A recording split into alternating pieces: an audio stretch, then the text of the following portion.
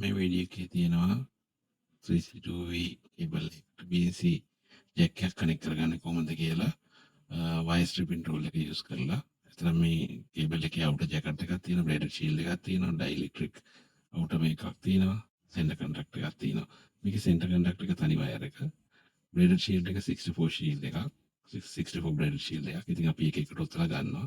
එතන මුලින්ම outer PVC jacket එකකින් අපි අඟල් 2.5ක් විතර අයින් කරා.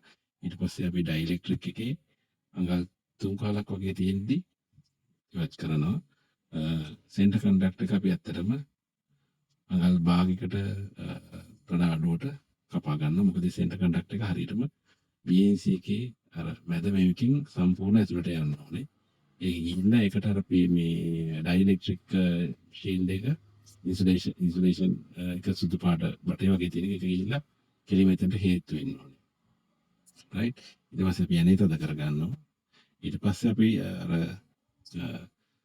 braided shield එක උතල ගත්ත එක අපි අර BNC එකේ තියෙන ඉල ඇතුලෙන් දාලා ඒක වටේ ඔතනවා. එහෙම කරාම අපිට අර මැද තියෙන center conductor එක රෑනින් ගැලවිලා එන්නේවත් දුර්වලලා එන්නේවත් නැහැ.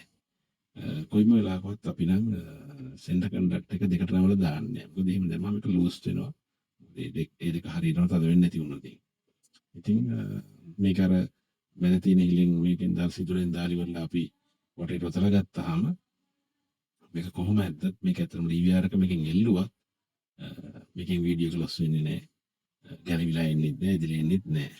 ඉතින් මේ ඊළඟ පාර මෙහෙම කරලා බලන්න. හරියනවා නම් අපිට පොඩි ලයික් එකක් දාන්න.